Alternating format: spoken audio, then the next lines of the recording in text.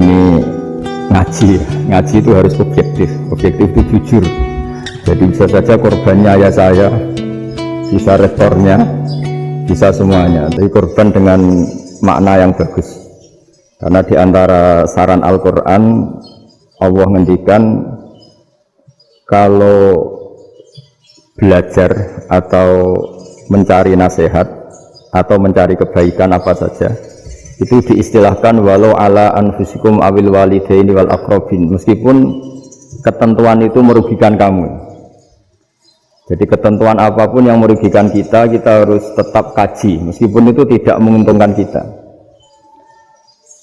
Karena banyak problem, mulai dulu sebenarnya problem itu, orang yang wakam da'in yadda'i annahu da'a ilallah, tapi hakikatnya yad'u ila nafsi. Jadi banyak da'i yang mengklaim dirinya mengajak ke Allah dan Rasul, tapi sebetulnya hakikatnya mengajak ke kelompoknya sendiri. Saya ini termasuk kiai yang masih orisinil. Artinya orisinil gini, suatu saat atau kapan saja saya kok sudah tidak laku jadi kiai, asal Islam jalan tetap senang, karena nggak penting yang populer saya apa enggak, itu tidak penting, yang penting agama ini tetap jalan. Sama, negara ini harus jalan siapapun presidennya. Nah, ini penting saya utarakan karena perbedaan antara nafsu dan komitmen beragama itu tipis sekali. Sehingga dulu pernah ada cerita, ini bukti keadilan Rasulullah SAW. Pernah suatu saat Nabi itu ngaji, yang ngaji seperti ini. Terus ada pemuda dengan cueknya melewati masjid yang sedang dipakai Nabi ngaji. Sehingga cerita semuanya ngomel ya, bergumam. Celaka betul pemuda itu, ada Nabi ngaji kok tidak ikut ya. Tapi Nabi secara besar hati ngendikan, ini ada di beberapa kitab di Fadhailul Kasbi, keutamaan kerja. Kata Nabi, pemuda itu mau mencangkul di lahannya. Jika dia mencari nafkah untuk keluarganya, untuk kebaikannya, maka itu bagian dari ajaranku. Jadi Nabi berbesar hati bahwa kerja seperti itu bagian dari ajarannya. Jadi tidak harus datang ke majelis ngaji. Dan bisa saja yang sedang hadir itu ya, orang yang dari istrinya minta belanja, dari ngaji terus benar dituntut belanja kan gitu. Mungkin anak-anak UMM yang kesini daripada tengok-tengok yang Malang bosan jalan-jalan ke Rembang gitu. Nah, jadi nggak mesti benar juga niatnya gitu. Jadi ya sama itu. Jadi kalau di dunia kiai yang masih orisinil itu, nafsu itu benar-benar dilatih. Maka masyhur dalam cerita ada orang perang sama Ali radhiyallahu anhu. Ketika perang ini sangat semangat, tapi ketika orang itu meludahi dan Sayyidina Ali ini tersinggung karena diludahi, Sayyidina Ali langsung angkat tangan, sudah perangnya nggak usah diteruskan, karena saya marah sama kamu sekarang demi nafsu, karena kamu meludahi saya, padahal saya tadi motifnya demi Allah dan Rasul. Jadi sangat tipis bedanya kita emosi karena diri kita dan emosi karena Allah dan Rasul. Sehingga ketika diludahin ini terus beliau mikir, jangan-jangan perang saya karena saya diludahin. Nah, yang hilang dari peradaban modern adalah Allah itu tidak begitu hadir di hati kita. Saya sering cerita di mana-mana, teks hadis itu sebenarnya berbunyi gini, ini hadis sahih. Mangka na yu'minu billahi wal yawmil akhir fal yukrim jarohu. Ada yang fal yukrim jarohu doifahu, ada yang fal yakul khairan aw yasmut. Siapa yang iman dengan Allah dan Rasul maka harus memuliakan tetangganya, memuliakan tamunya. Dulu itu ada seorang ulama dipanggil anak muda, dibully terus sekarang. Wahai kiai, datang ke rumah saya. Datang kiai itu. Setelah sampai ke rumah orang itu, silakan kiai kembali ke rumahnya, saya tidak butuh kiai. Kiai itu dengan riang kembali. Setelah di rumah dipanggil lagi, Pak Yai silakan datang ke rumah saya. Datang lagi, ya senyum-senyum kiainya santai. Wah nggak jadi butuh Pak Yai, silahkan kembali lagi. Sampai 3 kali. Oh itu kalau rektor digitukan marah itu, dosen marah. Kiainya santai, santai senyum-senyum rileks. Ketika ditanya, kenapa Pak Yai tidak tersinggung? Jawabannya unik. Anak muda, saya ini senang sekali nuruti perintah Allah, disuruh menghormati tetangga. Sehingga ketika Anda manggil ya saya datang. Ketika Anda nyuruh pulang ya saya pulang, saya senang sekali nyenang kantongku. Dan itu perintah Allah, jadi tidak ada hubungannya dengan kamu. Wah, pemudanya nangis minta dimaafin. Kalau kita kan enggak, kita ini dosen, kiai, mungkin kita doktor, mungkin kita profesor. Tapi kita ini sering didikte oleh orang bodoh. Kalau orang bodoh itu jengkel, lo kita ya jengkel. Lo kamu jengkel, dijengkelkan orang bodoh itu namanya terdikte. Itu bodoh apa pinter? Wah, itu tidak pinter sama sekali. Kalau betul-betul kamu pinter, hanya bisa didikte oleh Allah Subhanahu wa ta'ala. Jadi antara hukum Allah apa? Wa ahsin man asa'a ilaika, berbuatlah baik sama orang yang berbuat buruk sama Anda. Itu dikteannya Allah. Kalau dikteannya orang-orang bodoh, kayak dimangkel ben mangkel, terus kamu mangkel, itu bodoh apa pinter? Nah, problem kita kekinian adalah wong pinter, wong bodoh, itu bodoh-bodoh bisa didikte oleh sekelilingnya. Terus karuan wataknya perempuan seperti itu, wataknya anak-anak seperti itu, kita didikte. Anak-anak jengkelin kita mangkel, berarti kita didikte oleh orang bodoh. Makanya agama itu unik, kadang ngendikan wa ahsin man asa'a ilaika, kadang wasil man qata'aka, sambunglah orang yang memutus kamu. Karena dengan demikian kita hanya didikte oleh Allah Subhanahu wa ta'ala, bukan didikte oleh hukum sosial. Cara Jawane nak ngapiki tangga sing apik akeh tunggale. Berbuat baik sama yang berbuat baik pada kita itu, mbok orang fasik ya seperti itu, maling ya seperti itu, sama. Tapi kalau berbuat baik sama orang yang berbuat jelek sama kamu itu baru luar biasa. Dan memang teksnya hadis wa ahsin man asa'a ilaika, berbuat baiklah sama orang berbuat buruk sama kamu. Jadi nggak boleh orang didikte. Makanya ngaji di sini diantaranya saya akan cerita dalam sebuah hadis sahih, dalam hadis hasan yang diriwayatkan Imam Tirmidzi, ada kalimat dari Rasulullah SAW. Dawe Nabi, la takunu imma'atan taquluna in ahsanan nasu ahsanna wa in zalamu zalamna walakin watti'u anfusakum in ahsanan nasu an tuhsinu wa in asa'u alla tazlimu. Kamu jangan jadi orang yang mudah diombang-ambingkan oleh orang sekeliling kamu, yaitu kamu mengatakan jika orang baik ke saya akan baik, jika orang buruk ke saya juga akan membalas buruk. Itu namanya Anda didikte.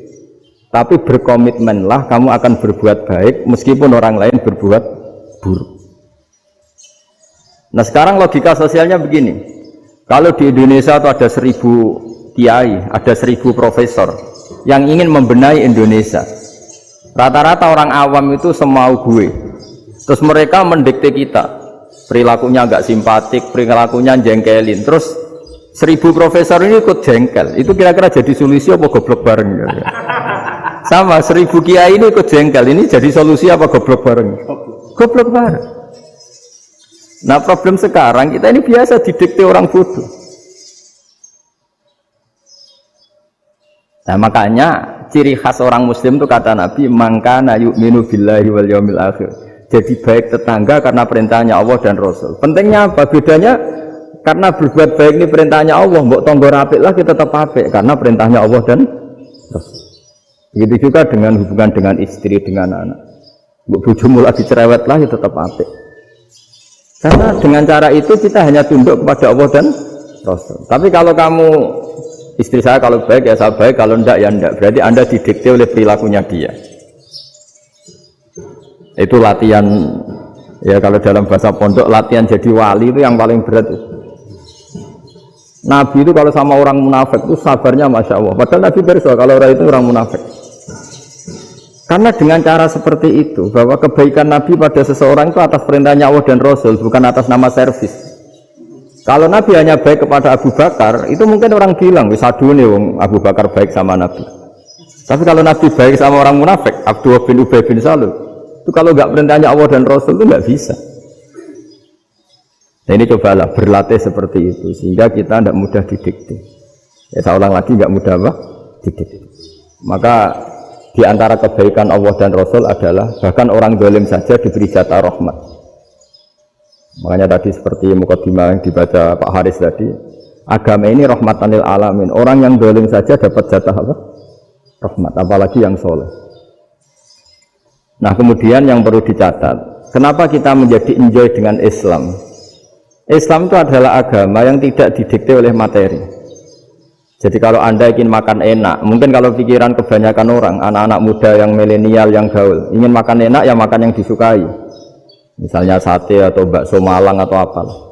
Kalau orang-orang yang jadi wali nggak gitu cara berpikir. Ini yang masih orisinil. Ditanya, ini dunia baru kesulitan makanan, baru resesi. Cara makan enak gimana? Jawabannya lucu. Ya gampang, idamuhu alju. Idam itu lauk. Kalau kamu ingin makan lauknya paling enak apa? Alju. Kamu harus lapar banget. Sampai kalau puasa itu melihat tempe itu wah luar biasa. Tapi kalau kamu nggak puasa, air putih itu nggak menantang. Tapi kalau puasa, tempe air putih itu menarik dan Anda tetap lahap. Apa? Karena lauk terbaik adalah alju, yaitu lapar. Nah tapi kita ini enggak. Kita ini kayak orang bodoh. Kayak orang bodoh tadi, profesornya makan nyaman ya kalau sesuai selera. Nah, itu kan sama dengan anak-anak ABG. Anak ABG itu makan lahap ya kalau yang disukai. Lalu bedanya apa ABG sama profesor? Kalau cara berpikir masih sama kan itu. Kiainya juga gitu. Kiai makan enak kalau yang disukai, kalau enggak ada. Lalu bedanya apa kiai sama orang awam? Orang awam juga gitu, makan lahap ya kalau yang disukai. Nah ternyata perilaku kita ini yang pintar sama yang bodoh sama mas. Kalau kamu ingin berkasta lebih baik, itu cara makan enak itu apa? Idamuhu al-jur. Lauk terbaik adalah karena kita sangat lapar. Makanya masyhur dalam cerita-cerita tarikh sirah nabawiyah. Nabi diberi hadiah, beberapa hadiah. Di antaranya ada yang diterima, ada yang enggak. Termasuk yang dikembalikan itu dokter. Ada seorang raja memberi hadiah Nabi dokter Tobit. Itu sama Nabi dikembalikan karena dokter ini sudah lama kumpul Nabi itu gak pernah sakit. Akhirnya dokter ini putus asa, ini gak perlu diobatin.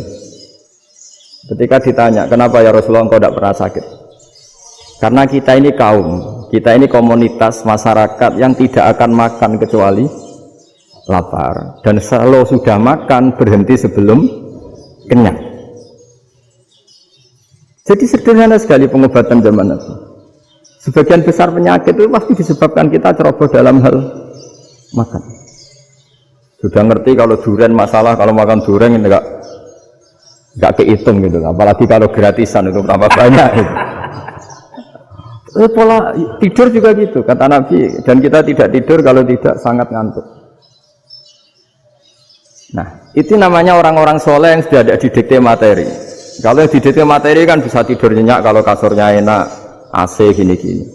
Sebenarnya enggak, tidur enak itu ya kalau sangat ngantuk. Mbok di gudang, mbok di bis, kalau sangat ngantuk ya semuanya ya enak. Sama, mbok lapar, mbok hanya tempe, tapi kalau sangat lapar itu ya enak.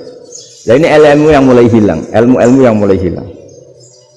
Nah, cara ibadah juga gitu. Kita ini kan, saya ini punya bapak kiai, mbah kiai, punya guru yang sangat alim ya seorang kiai Memun. Itu dulu kita pengkaji ilmu itu tidak pernah tahu bedanya NU dan Muhammadiyah.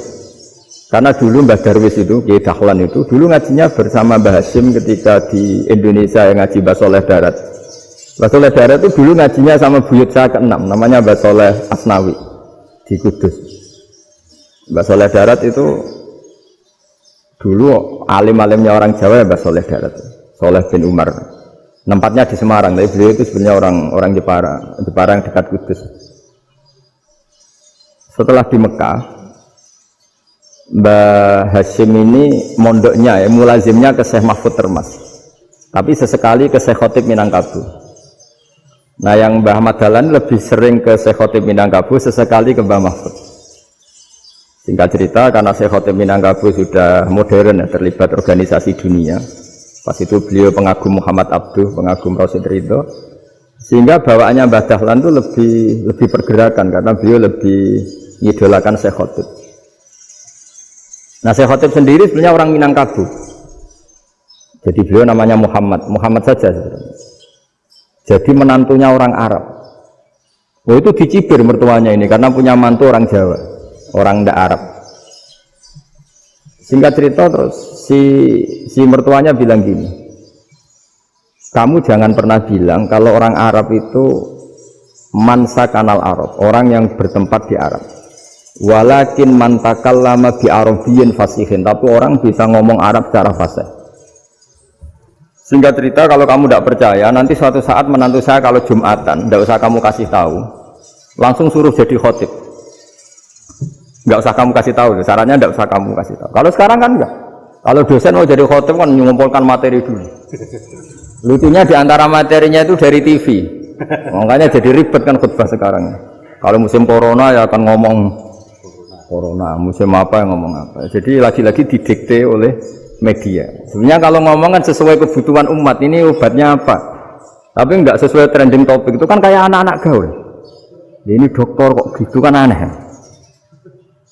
Singkat cerita si khotib ini enggak dikasih tahu, saya Muhammad tadi enggak dikasih tahu, langsung disuruh khutbah. Fatakallama bikalamin fasihin. Dia ngomong fasih sekali. Bahkan ngalah-ngalahi fasihnya orang Arab asli. Semenjak itu beliau dapat gelar Al-Khotib, orang yang cakap berpidato berkhutbah. Makanya terus dia Khotib Al-Minangkabau. Jadi orang Indonesia itu luar biasa. Dulu yang namanya orang Indonesia di Arab Saudi itu dihormati sekali, karena yang ke sana itu pasti ulama. Sudah alim di Indonesia ke sana, termasuk Mbah Ahmad Dahlan, Mbah Hasyim dulu karena sama-sama muridnya Mbah Soleh Darat. Lama-lama yang ke sana itu TKI TKW itu ya mulai agak dibully. Dulu Syekh Nawawi di antara ijtihad yang dihormati itu beliau mengkritik nyuwun sewu orang yang kan orang biasanya normalnya kan muji orang mati syahid. Hebat orang mati syahid itu hebat gini. Oke, kita sepakat orang mati syahid itu hebat. Tapi kata Imam Nawawi dengan syarat niatnya itu li'ila'i kalimatillah dan itu bawaan takdir. Seorang lagi itu bawaan takdir, harus mati di medan perang. Tapi tidak boleh seseorang ini niat perang tapi niatnya supaya syahid. Karena kalau begitu berarti dia berniat supaya menjadi maktulal kafir, orang yang dibunuh orang kafir. Kedua, dengan dia mati berarti pasukan Islam berkurang. Berarti dia ingin pasukan berkurang, hanya ambisinya dia ingin langsung ke surga. Misalnya pasukan orang Islam itu 10, orang kafir 10. Kalau kamu ingin syahid berarti mati 1 kan, tinggal 9 kan. Nah kalau yang seperti itu 10 kan mati semua. Gara-gara ingin syahid akhirnya perangi rapati tenanan, benang mati, benang mlebu swarga. Kata Syekh Nawawi, ya enggak. Kalau kamu perang sama orang kafir ya niat menang. Dengan niat menang ini kamu ingin li'ila'i kalimatillah. Tapi kalau kamu ingin syahid berarti kamu menuruti keinginan nafsu kamu yang cepat masuk surga. Itu orang Arab kagumnya bukan main. Karena di mana-mana orang itu dinilai dari niatnya.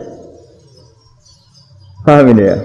Tapi perang loh ya, dalam kondisi perang, bukan teroris. Perang itu artinya orang kafir yang ingin bunuh kita, itu perang namanya apa? Perang. Dulu orang cerita syahid itu hanya pokoknya syahid itu hebat, pokoknya syahid itu hebat. Syahid di medan perang itu hebat, pokoknya syahid di medan perang hebat. Tapi ketika Syekh Nawawi memberi penjelasan ilmiah, jika kamu perang ingin cepat mati, ingin cepat syahid, artinya ini untuk pemenuhan diri kamu, karena kamu bayangkan langsung masuk surga. Kamu lupa bahwa dengan kamu dibunuh, kekuatan Islam berkurang. Akhirnya beliau memberi penjelasan, syahid itu bagus, itu sebagai takdir. Hanya takdir itu kita perang yang ingin menang, tapi takdirnya mati.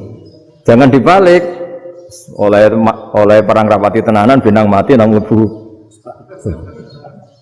Itu yang pertama, termasuk ulama yang pertama memberi penjelasan itu Syekh Nawawi. Akhirnya melahirkan kekaguman yang luar biasa dengan tafsir Munirnya itu. Terus beliau itu orang yang rileks kalau menjelaskan ilmu. Ini juga guru-gurunya Mbah Hasyim, Mbah Guru sama Mbah Hasyim, sama Mbah Ahmad Dahlan Syekh Nawawi. Jadi dulu yang alim di Arab itu ada Syekh Nawawi, ada Syekh Khotib Minangkabau, ada Syekh Bakir Jogja, ada Syekh Mahfud Termas. Itu orang Indonesia banyak sekali yang alim. Bahkan diantaranya yang dikagumi Al-Azhar itu juga orang Indonesia, nama Syekh Abdul Manan, itu mbahnya Syekh Mahfud Termas. Itu pertama ada duta besar Indonesia di Mesir, itu termasuk barokahnya Mbak Abdul Manan tadi, itu juga orang Indonesia. Jadi pemahaman ulama Indonesia itu khas, termasuk ketika memaknai apa? Syahid. Ketika memaknai apa? Syahid. Itu unik. Ketika Syekh Nawawi diuji dulu itu yang namanya ulama diuji dulu oleh 100 ulama. Jadi dulu ya ada kompetisi. Imam Bukhari diakui jadi ahli hadis itu diuji oleh mi'atu muhaddisin, 100 orang ahli hadis, sanad dibolak-balik, matanya dibolak-balik, tapi beliau tetap bisa mengembalikan proporsi sanad itu. Senawi pernah diuji gini. Ayul afdol al ulama awe salatin. Keren mana ulama sama raja atau sama orang-orang kaya, sama penguasa? Ya keren ulama. Terus dibully sama orang. Tapi setahu saya banyak ulama yang antri di rumahnya raja, tapi saya tidak tahu melihat raja antri di rumahnya ulama. Kan kebanyakan kan mungkin ustadz atau kiai yang antri ngajukan proposal kan enggak. Nah, kalau raja kan enggak pati itu, malah enggak usah antri, kiainya sudah nyambut sebelum datang. Jawabannya lucu Senawawi itu, dan yang tanya itu langsung diem. Ya karena ulama itu tahu fungsinya uang, sehingga cara nyari sampai seperti itu. Sementara raja-raja itu tidak tahu fungsinya ilmu, makanya tidak pernah sowan ulama.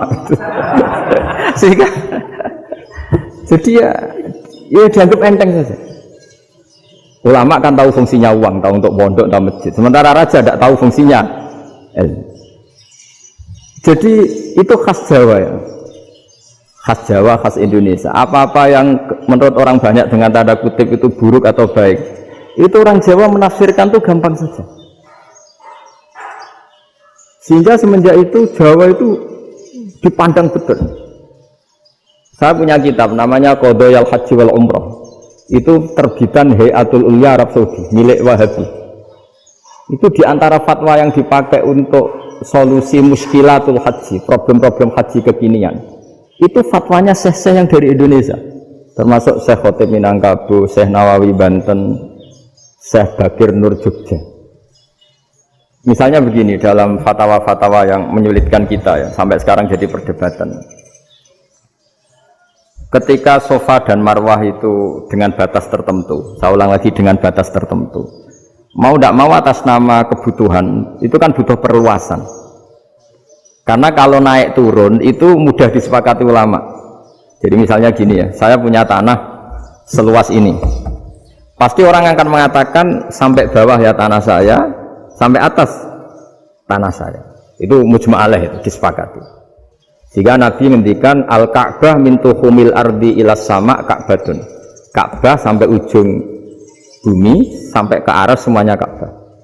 Sehingga tidak ada perdebatan ulama ketika Masjid Haram ditingkat, kemudian yang di atas sholat tetap dia menghadap Ka'bah.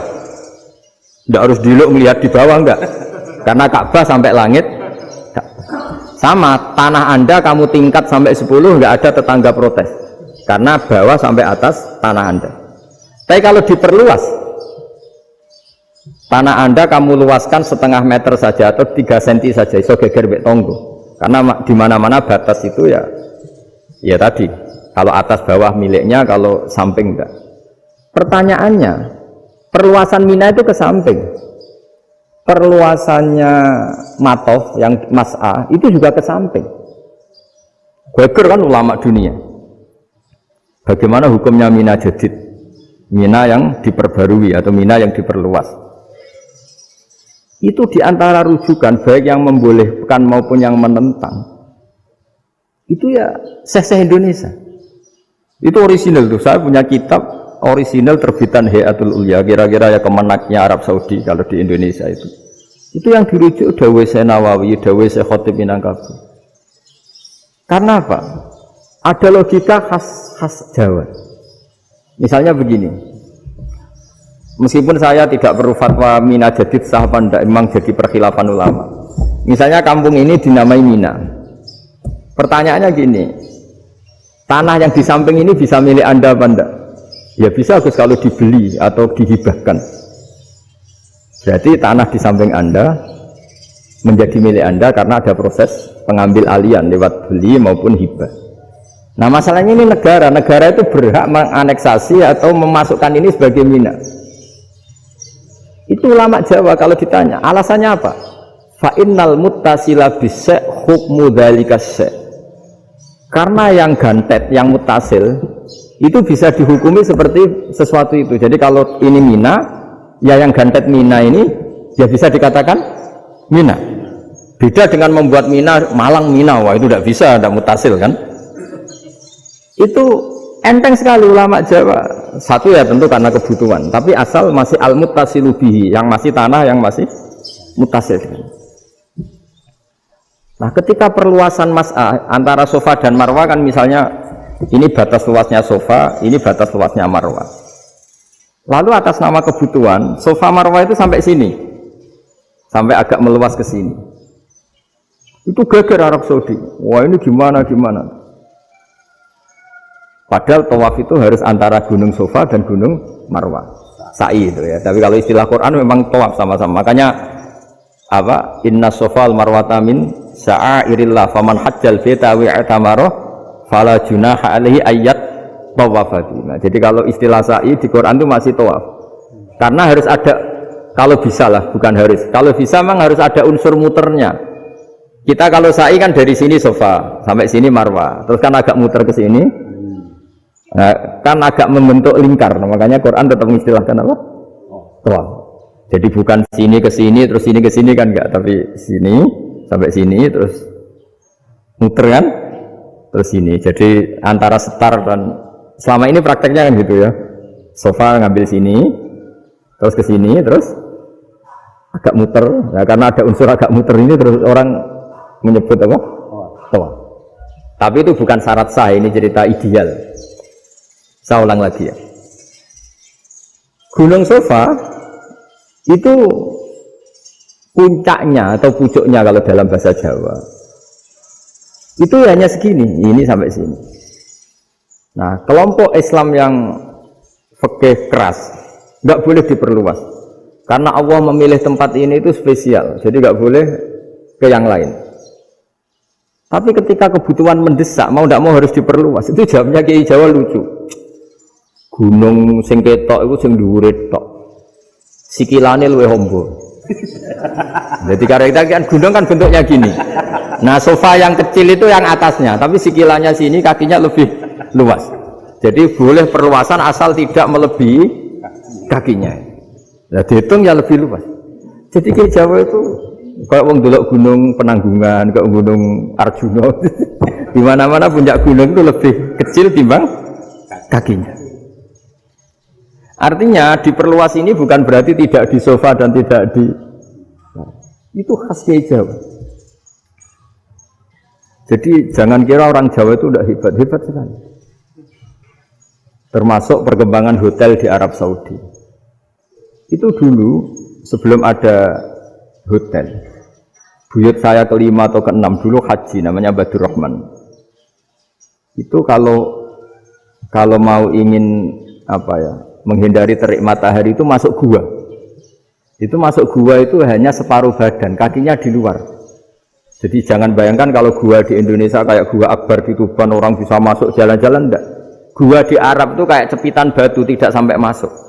Sehingga kepalanya dimasukkan, kakinya masih kena matahari, saking panasnya Arab Saudi. Sehingga dalam bayangan hijrah ketika Nabi bersembunyi di gua Sur, itu kata Abu Bakar, kalau orang kafir melihat kakinya pasti melihat kita karena nggak bisa masuk penuh. Jadi orang itu mau dempes tok. Sehingga ya kira-kira luasnya gua paling segini.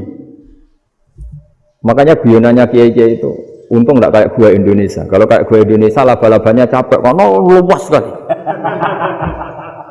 Jadi jangan bayangkan gua Arab tuh kayak gua Indonesia. Makanya bayangannya andai kan orang tuh melihat ke bawah pasti melihat kita karena orangnya nggak bisa masuk penuh, nggak bisa masuk 100%. Ya kayak cepitan batu lah mirip. Itu kan mirip Gunung Uhud. Gunung Uhud kata Rasulullah, nanti kalau kamu perang itu di atas, menang atau kalah di atas. Musuh biar di bawah. Dengan di atas kamu bisa manah. Jangan bayangkan kayak Gunung Merapi, kayak Gunung Penanggungan. Nah, kalau Gunung Penanggungan manah ke bawah yang layang kan? Jadi gunung di Arab itu kayak bukit. Ya sampean pernah kan ke Uhud itu ya sama ini aja tinggi ini kan. Nah ini yang mulai ada mis. Makanya terjemah itu susah di Indonesia. Karena jabal itu udah harus tinggi. Kalau tinggi nggak bisa manah dari atas ke bawah kan nggak ngefek kan. Sampean kalau ke Uhud gunungnya kan pendek sekali sehingga yang manah dari atas ke bawah ya kalau kena musuh ya celaka karena memang dekat. Nah kalau gunung Indonesia Mana dari atas ke bawah yang keleyang nggak ngefek. Nah itu susahnya nerjemah bahasa Arab ke kita. Jadi apa ya? Transkrip itu nggak gampang karena ada pengertian yang beda. Kita kalau bilang gunung itu tinggi sekali. Sampai banyak mahasiswa tersesat ya saking tingginya. Kalau orang naik Uhud nggak akan tersesat, wong ketok dari bawah itu. Nah ini pentingnya ngaji ya. Jadi akhirnya ulama-ulama Indonesia itu dipakai rujukan. Jadi mulai Mbah Hasyim, Mbah Ahmad Dahlan sampai era buyut-buyut itu masih orang alim. Lama-lama yang di Indonesia ini orang-orang yang bodoh. Sehingga orang Jawa kalau ke sana dibully, ya Jawa tak kuluh kaya. Orang Jawa itu penggaweannya itu makan ular. Karena belut itu kalau di kamus itu persis ular. Dulu itu kan kamus tidak full color. Gara-gara gak full color, gambar belut sama ular itu sama. Belut itu belut sama ular kalau nggak full color gambarnya sama apa enggak? Sama. Terus orang Jawa itu kan masih banyak yang makan bajing itu apa? Ketupai itu. Bajing kalau digambar tidak full color sama dengan tikus. Gambar yang tidak warna hitam putih. Sehingga kita ini dibully pemakan tikus dan pemakan ular. Karena belut itu persis ular kalau digambar yang tidak full color. Sampai datang Syekhona Khalil, datang ulama. Ngarang kitab ya judulnya Al-Belut. Karena enggak terima bangsanya dinyak makan apa? Ular. Terus dikarang. Wal belut hayawanun bakhriyun, terus ya isu fi kadza wa kadza. Itu beda dengan al-hayyah. Itu diterangkan. Mulai bisa nerima. Terus sistem hotel juga gitu. Sama tanyakan dalam sejarah dulu orang Sedayu ada namanya Syekh Mukhtar. Syekh Mukhtar bukan bikin rumah besar yang siapapun orang Indonesia haji itu nempat di sana. Nah ini yang menginspirasi akhirnya ada hotel. Dulu Syekh Mukhtar hanya menyediakan untuk hujat-hujat Indonesia. Lama-lama jadi hotel. Tidak mau saya mau cerita. Kata Mbah Mun sering cerita. Kenapa wa ma arsalnaka illa rahmatal lil alamin, kata Mbah Mun, Allah itu pasti bikin ulama yang tidak produk Arab itu pasti ada. Kalau orang Arab jadi ulama wajar, bahasanya Arab, domisilinya di Arab. Tapi Allah akan selalu bikin ulama yang tidak bangsa Arab. Imam Ghazali itu Tus itu Persia. Imam Bukhari itu kira-kira kalau sekarang ikut Uzbek. Ya, Imam Bukhari itu kalau negara sekarang ikut mana? Uzbek. Kenapa demikian kata Mbah Mun? Karena Allah sudah ngendikan wa ma arsalnaka illa kafatan linnas. Manusia semua ini kena khitabnya Islam. Kalau tidak ada ulama yang dari berbagai negara, kesannya Islam itu hanya milik orang Arab Saudi. Makanya Allah selalu bikin ulama-ulama yang bahkan tidak Arab. Termasuk Imamul Muhaddisin, yaitu Imam Bukhari, itu orang Uzbek, orang Rusia lah kalau sekarang, ikut Uni Soviet dulu. Imam Ghazali itu orang Persia. Syekh Nawawi itu orang Banten. Karena Allah ingin memaklumatkan bahwa Islam ini untuk semua. Sehingga orang yang tidak Arab pun bisa belajar Islam. Yang alimnya itu nggak kalah sama orang apa? Arab. Makanya ini PR ya. Kalau Gus Dah Ploso nanti ngendikan suatu saat orang belajar Islam itu bahkan orang Arab pun bisa belajar ke Indonesia. Kalau orang Indonesia bisa alim betul kayak dulu. Sekarang banyak liga antar ulama. Itu orang Indonesia pasti masuk. Ulama-ulama top dunia. Itu pasti orang Indonesia banyak yang masuk. Karena tadi, ketika orang Indonesia baca kitab, itu orang Arab itu kagum. Kok bisa tidak bahasanya baca secara benar? Bukan sekedar bisa baca secara benar. Karena memang dilatih sedemikian rupa di pondok-pondok. Makanya kita semua lah, yang alim di Indonesia itu kemana-mana ya pasti alim. Dulu putra Mbah Mun namanya Gus Zofur itu tahun pertama ya sudah the best di tahun pertama. Kalau tahun pertama the bestnya ilmunya bawaan dari sarang, dari keluarganya. Gus Najib mondok di Said Muhammad tahun pertama sudah dipuji sebagai yang teralim karena ya sanggup. Kalau dipujinya tahun ketiga, tahun keempat kan mungkin dapat dari sana. Ini tahun pertama. Saya ulang lagi tahun Karena pengajaran di Indonesia itu luar biasa di pondok-pondok. Makanya kalau dalam anekdot pondok itu cerita-cerita lucu itu. Ada orang Jakarta ngaji, setelah di kelas itu pelengahan terus. Melihat jendela, lihat pintu terus. Lama-lama gurunya marah. Kamu diajarin kok ndak punya sopan, melihat pintu terus gak memperhatikan guru ya. Anak Betawinya jamnya lucu. Habis Pak Guru bohong. Kenapa ya? Kamu Pak Guru bilang Ja'a Zaidun, Zaid datang. Tak lihat nggak ada yang datang. Setelah itu contoh nasab kan ro'a itu Zaidan. Saya melihat Zaid, saya nggak melihat Zaid. Contoh ketiga yang jer kan maror tuh Zaidin. Saya berjalan ketemu Zaid. Pak Guru diam di situ nggak jalan-jalan. Jadi saking detailnya Indonesia dia cari. Kalau rofa Ja'a Zaidun, kalau nasab ro'a itu Zaidan, kalau jer maror tuh Zaidin. Nah si murid Betawi ini karena pertama sekolah, ngiranya gurunya itu cerita, Zaid datang. Makanya dia lihat pintu terus, mana katanya datang kok tidak datang-datang. Nah dengan latihan seperti itu, kemungkinan orang Indonesia salah itu kecil karena memang dilatih betul. Saya ulang lagi karena memang dilatih betul. Sehingga ketika orang Indonesia ini yang cerita seorang wartawan. Ini kisah nyata, kali ini tidak anekdot, kisah nyata. Ada wartawan internasional meliput Ramlah itu di Gaza, di Palestina. Wartawan Indonesia ini hanya bisa bahasa Inggris. Dijak ngomong bahasa Arab, terus dia bilang saya tidak bisa. Saya tidak bisa, saya bisanya ngomong Inggris. Tapi apa yang terjadi setelah sholat, si Indonesia ini jadi imam pakai sholat jariyah lagi. Baca bismillah benar, bismillahi jer karena mudhof ilaih. Terus ketika iktidal ya benar, Rabbana lakal hamdu mil'u samawati wa mil'ul ardi benar. Ketika tahiyat ya benar, at-tahiyatul mubarakatuh sholawat. Sama orang Arab ini diambungi. Orang Arab kalau senang orang itu dicium. Kamu tawaduk, sebenarnya kamu itu ahli bahasa Arab. Karena orang Indonesia sekali sholat itu nggak ada yang salah. Meskipun benarnya karena hafalan, tapi bagi yang ahli nahwu itu hebat. Misalnya kita kalau ngapalkan kan bismillahi, bismi jar karena ba, Allahi jar karena mudhof ilaih, ar-rahmani jar karena sifat, ar-rahimi karena sifat, alhamdu rofa karena mubtada, lillahi jar karena ada huruf jarli, robbi jar karena sifat. Sebetulnya tidak karena pinter, tapi karena hafalan. Tapi orang Indonesia hebatnya itu benar terus. Rabbana lakal hamdu, ya kan, alhamdu rofa, terus mil'u samawati ya rofa karena sifat. Sehingga terus orang Indonesia kalau sholat di Timur Tengah itu dipuji karena makhrajnya ya benar, rofa nasabnya juga benar. Nah itu di negara lain tidak ada, enggak Indonesia. Orang Cina itu sering bikin marah orang-orang Arab karena kalau dongo itu enggak fasih kayak orang Indonesia. Orang Indonesia kalau dongo ya Allahumma tohir qalbi.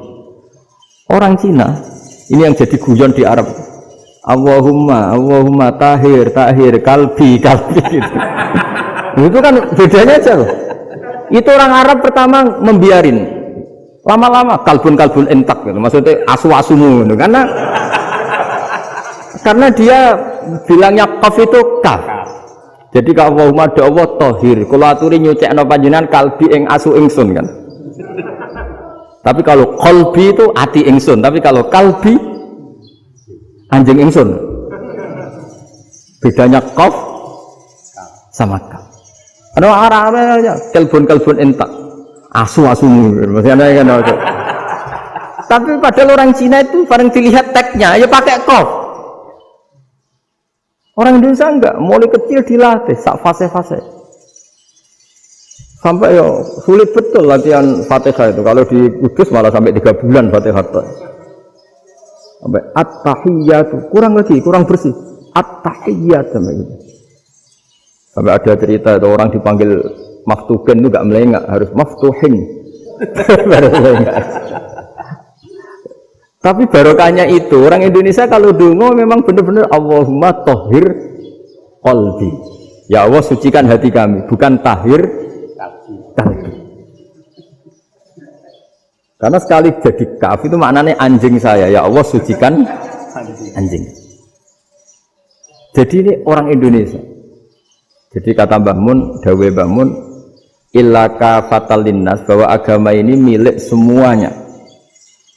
Itu diantara bukti Allah menghendaki atau mendesain Islam seperti ini, orang yang belajar di Indonesia itu pengetahuannya Islam, pengetahuannya tentang Islam itu tidak kalah sama yang belajar di Al-Azhar, sama yang belajar di Arab Saudi. Makanya ini PR-nya UMM, PR-nya IAIN, PR-nya UIN. Bisa enggak sealim mereka dalam bahasa Arab? Nah, bahasa Arabnya man anta, ana zaidun. Jangan sampai, karena kita di sana ini kadang dibully. Orang Arab tuh kalau bully kita, sampai tak kasih cerita, itu ngawurnya Masya Allah. Kata dia, ada anak orang Indonesia haji, si anaknya orang Indonesia yang dijotos sama anaknya orang Arab, dijotos, dipukul. Singkat cerita terus si orang Indonesia nggak terima, anaknya yang orang Arab dipukul, yang balas bapaknya. Orang Arab tanya, lima ada dorob ibni, kenapa kamu mukul anak saya? Itu orang Indonesia baca, wah aku biasa. Jadi hanya bilang gitu. Arya anak saya dihadai maka tak ada. Arabnya gitu. Anak saya dipukul maka saya balas mukul. Itu orang Arab mantuk-mantuk, oh gitu. Paham? Suatu saat ada orang Indonesia itu sama orang Arab itu dilus-lus itu ya digini-giniin.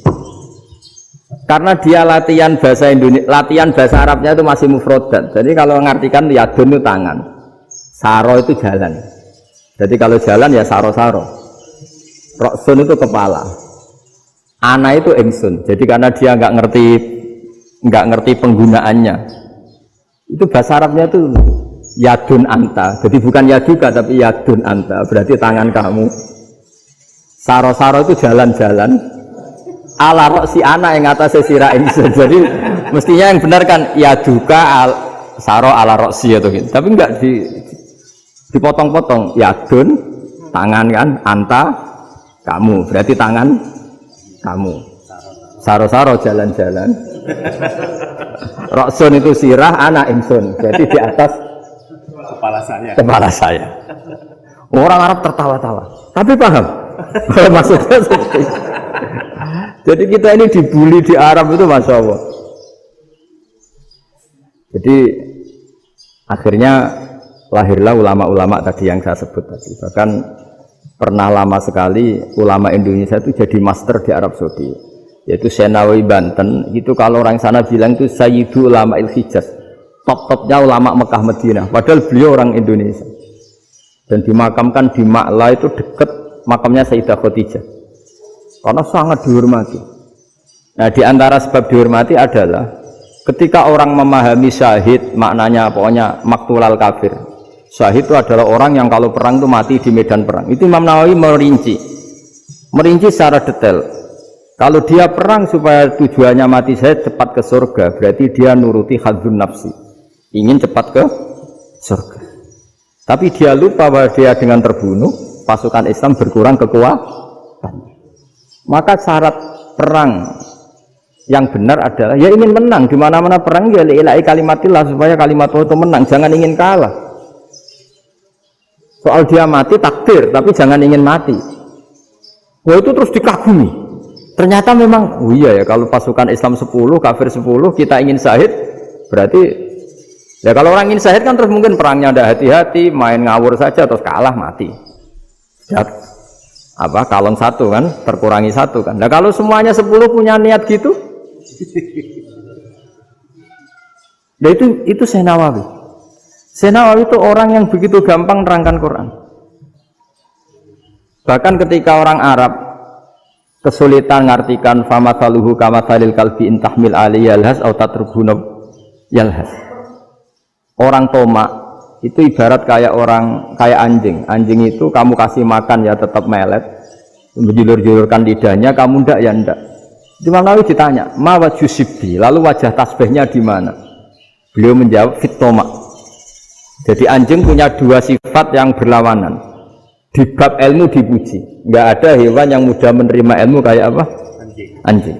Sehingga Quran mengistilahkan wa ma 'allamtum minal jawarihi mukallibin. Hewan yang mudah diajari itu oleh Quran dibahasakan sudah menganjing. Karena anjing adalah hewan yang paling mudah apa? Diajarin. Itu diakui oleh Quran. Wa ma 'allamtum minal jawarihi mukallibin. Tapi dia punya sifat yang sangat buruk sekali, yaitu enggak pernah puas. Makanya ketika Bal'am bin Ba'ura, ada tokoh yang kedonyan ya. Itu kalau diistilahkan Quran walakinnahu akhlada ilal ardi wattaba'a hawa. Famathaluhu kamathalil kalbi in tahmil 'alaihi yalhas aw tatrukhu yalhas. Jadi anjing punya dua sifat yang berlawanan.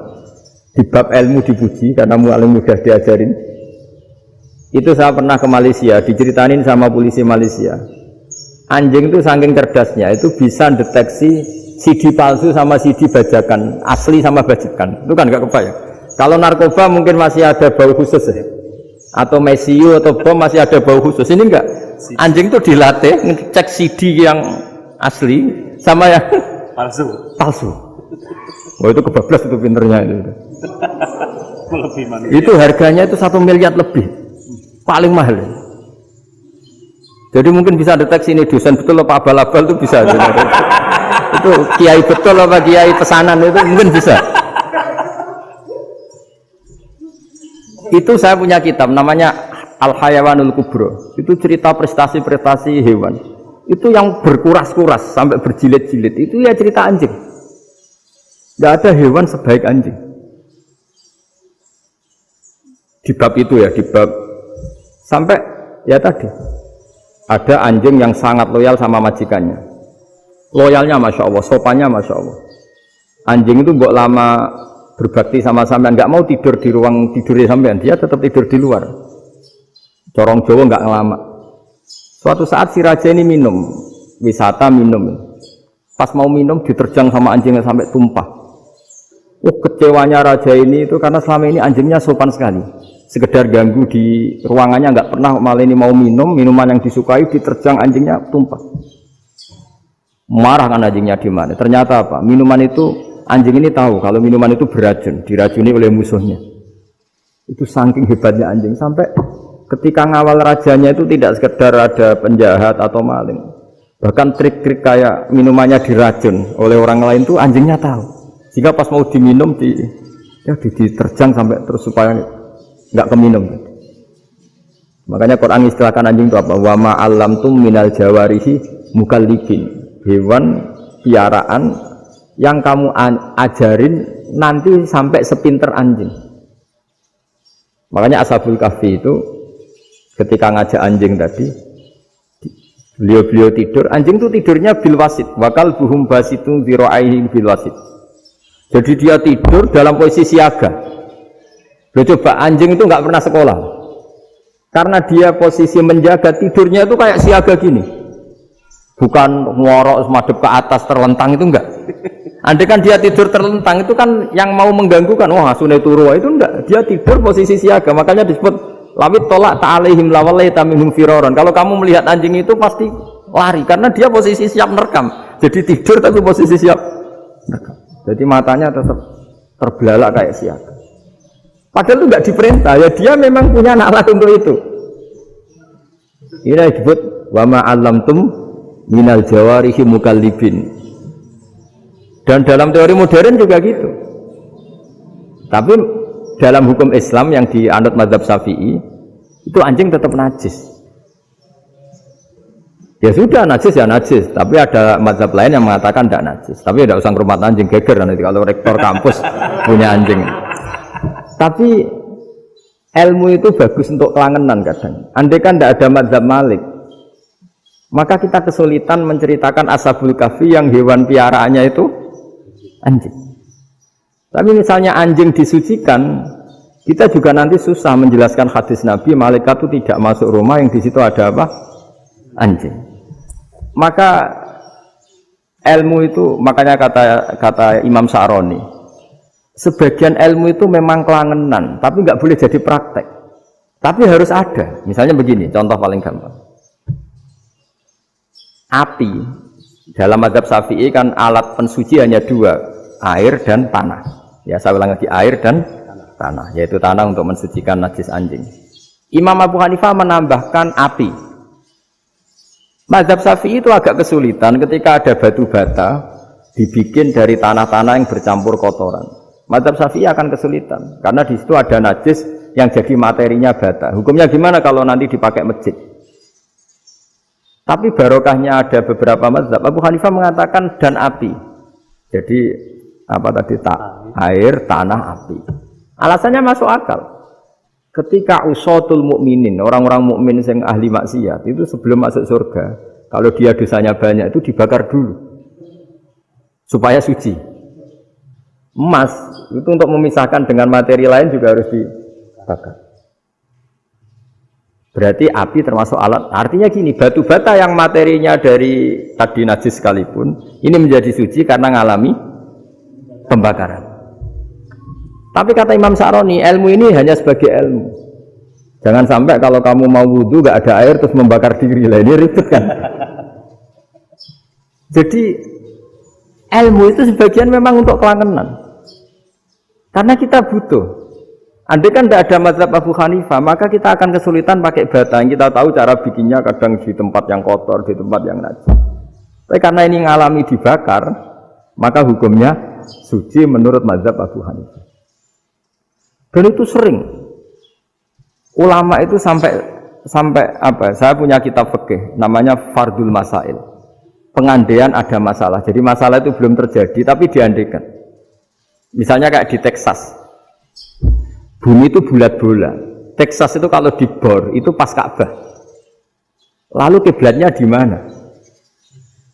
Bumi ini kan hanya rubuk-rubuk seperempat. Yang ada arah itu seperempat. Tapi kalau Ka'bah itu sama Texas atau Texas dengan Ka'bah itu lalu kiblatnya mana? Mau sudah bebas arah. Maka ilmu mengatakan maro'ahu muslimuna hasanan bahwa indawa hasanun. Kamu jangan nuruti ilmu hakikat tapi nuruti mindset. Kalau mainstreamnya orang banyak seperti itu, mindsetnya orang sana misalnya Ka'bah sana ya ikut sana. Tapi ini tidak mewakili hakikat karena kalau yang 380 derajat itu kan terus ribet. Makanya ini kesulitan di bab-bab fikih. Ya saya ulang lagi, kesulitan di bab-bab fikih. Makanya fikih itu selalu bicara, misalnya gini, ada orang sholat. Saya ulang lagi. Setelah salam pertama dia kentut, itu sholatnya batal apa enggak? Itu lama berdebat. Yang dikatakan rukun sholat itu salam pertama. Sehingga orang kalau sudah salam pertama, maka sudah keluar dari sholat. Maka kalau kentut gak apa-apa, wong yang keluar dari sholat itu salam pertama. Tapi lalu pertanyaannya, kenapa Nabi salam 2 kali? Lalu yang kedua gunanya apa? Ribet kan, partai ini kalah pasti kalau ditanya gitu. Tapi kalau ditanya dibalik, sholat itu satu ibadah yang dimulai dengan takbir, yang diakhiri dengan salam. Berarti salam pertama itu pengakhir apa nunggu salam kedua? Pertama, di semua ulama bilang salam pertama. Kalau salam pertama sudah pengakhir, berarti pembatalan setelah itu nggak punya efek, nggak punya akibat. Itu kan ribet. Debat fikih itu memang ribet. Fikih itu memang senam otak karena pertanyaannya mirip-mirip seperti itu. Nah, sampean milih mana? Milih salam pertama apa salam kedua? Pasti ulama milih salam pertama. Jadi anehnya fikih itu di situ. Misalnya orang mati, takbir itu berapa kali? 4 kali. Andai kan takbir 5 kali itu batal apa enggak? Satu ulama mengatakan 5 kali itu batal. Karena rukunnya sholat jenazah itu takbir 4 kali. Berhubung ini rukun, kalau nambahi ke 5, berarti menambahkan rukun. Kayak kamu sholat, rukuk 2 kali kan batal. Sujud 3 kali, batal. Karena menambahkan apa? Rukun. Berarti kalau takbir 5 kali, batal. Tapi pertanyaannya, takbir itu adalah wiridan biasa, sehingga kalau ditambahkan nggak punya akibat batal. Jadi perdebatan ulama itu kadang ya lucu. Kayak kemarin Pak Haris pas pertama bertamu ke sini mau ngundang saya, tak ceritain. Dulu sholat jenazah itu pasti mayat di depan. Karena lazimnya sholat jenazah itu mayat di depan. Tapi mulai dulu ulama sudah berpendapat, andai kan jenazahnya di belakang pun tetap sah. Fa'innal janazah laisat di imamin. Karena jenazah itu tidak imam. Kenapa harus di depan? Oh tidak imam kok harus di depan. Itu mulai dulu. Sehingga ketika Arab Saudi pernah mengalami tragedi, ada orang yang dibungkus kayak mayit, ternyata senjata. Setelah di dekat Ka'bah dipakai dulu tragedi tahun berapa itu. Pokoknya pernah ada tragedi itu. Semenjak itu Arab Saudi kalau ada orang mati tetap di kamar mayit terus ada sholat jenazah. Padahal mayitnya di belakang yang jamaah. Jadi meskipun kita tidak akan bikin ajaran baru jenazah di belakang ya tidak keren kasihan kan. Tetap biasanya di depan ya di depan. Tapi meskipun jenazah ini di depan, kita tetap berpendapat, andai kan di belakang tetap sah, tapi nggak usah dipraktekkan. Nah, pentingnya ilmu ini begini. Saya misalnya di Rembang, boleh nggak nyolati ghaib jenazah yang di Surabaya? Boleh kan? Padahal yang kita solati di belakang. Jadi ilmu itu penting. Cocok nggak cocok, nama ilmu itu penting. Terus ada gini lagi pertanyaan di fikih.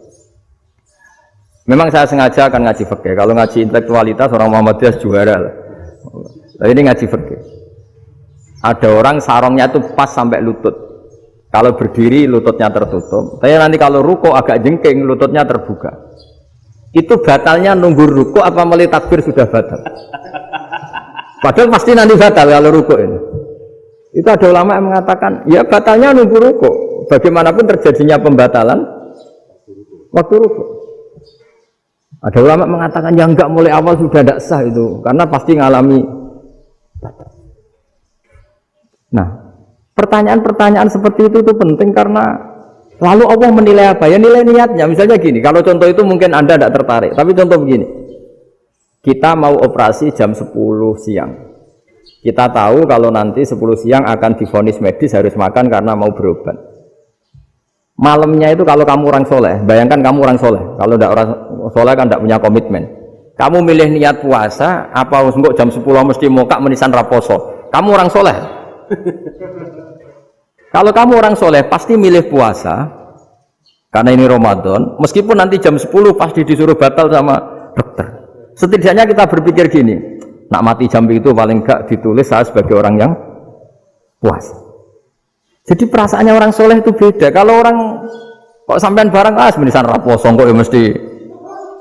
Sampean tidak pernah berpikir bahwa puasa mulai fajar sampai jam 10 itu luar biasa. Bisa saja kita mati jam 7, bisa saja mati jam 6. Kan ditulis Allah sebagai orang yang berkomitmen terhadap puasa. Terus ada kemungkinan kecil. Bila jam 10 itu dokternya sakit atau nggak jadi ke sana. Berarti kamu kan nggak jadi bokok. Kan ya mungkin juga.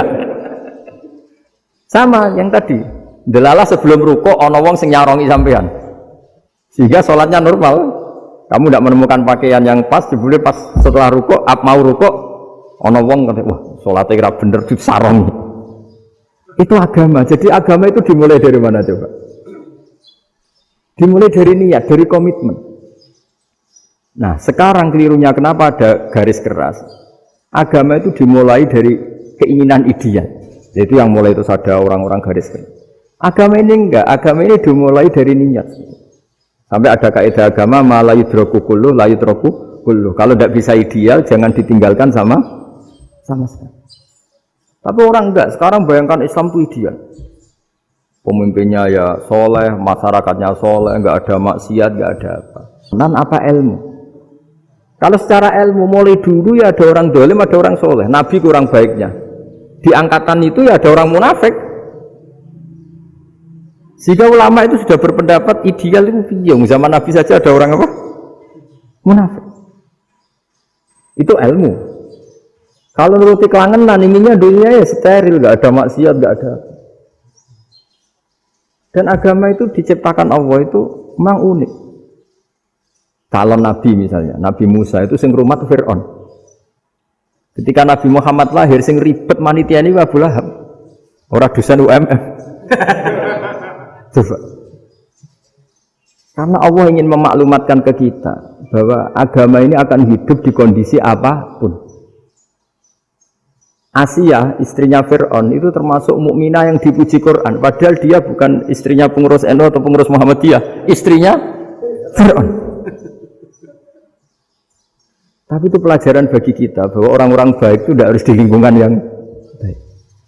Masjid paling makmur itu kadang di dunia mungkin ya jangan bakas Mekah Madinah itu karuan. Mungkin di antara masjid yang makmur justru yang di Kanada, di Amerika mungkin. Karena merasa minoritas tuh perpustakaannya ada, kajiannya ada. Tapi banyak masjid di daerah pesantren yang malah sepi. Karena kiainya tahu jamaah di masjid itu wajib. Lalu itu ada daerah pesantren, saya ulang lagi ada daerah pesantren. Didikon pengajian, monggo nekani pengajian, maca selawat ning omahe ganjaran padha wae itu. Ribet kan? Mau dibantah itu benar, mau dibiarin merusak tatanan. Jadi saya mohon sekali ya, jadi ilmu itu diperbandingkan supaya perbedaan-perbedaan itu biasa. Dulu Imam Malik itu punya murid namanya Imam Syafi'i. Itu dalam banyak hal. Itu perbedaannya tajam sekali. Ya saya ulang lagi, dalam banyak hal itu perbedaannya tajam sekali. Misalnya begini. Ini terakhir percontohan saya fikih, nanti dikaji sendiri. Ada seorang A'rabi, Ja'a A'rabiyun. Ini di hadis sahih diulang-ulang di semua Al-Kutubus Sittah ada peristiwa ini. Ja'a A'rabiyun ila Rasulillah sallallahu alaihi wasallam faqala ya Rasulullah ahlaktu. Qala wa ma ahlakaka? Qala wa qatu imraati fi nahari Ramadan. Ya Rasulullah, saya ini orang yang rusak. Kenapa? Saya ini hubungan intim sama istri saya ketika masih siang Ramadan. Singkat cerita orang ini dihukum berat sama Nabi. Hukumannya adalah karena dia membatalkan puasa ketika dengan hubungan intim. Sama Nabi dihukum, kamu harus merdekakan budak. Wah, tidak mampu ya Rasulullah, saya tidak punya budak. Jadi ini bukti bahwa agama ini sangat sosial sehingga sebagian kafaroh harus memerdekakan budak. Kamu kalau gitu puasa 2 bulan. Yang baru puasa 2 hari aja kecelakaan malah disuruh puasa 2 bulan. Ya sudah, kamu ngasih makan 60 orang miskin. Saya ini orang paling miskin. Jadi sudah miskin agak hiper lah orang itu. Poso-poso kok gitu.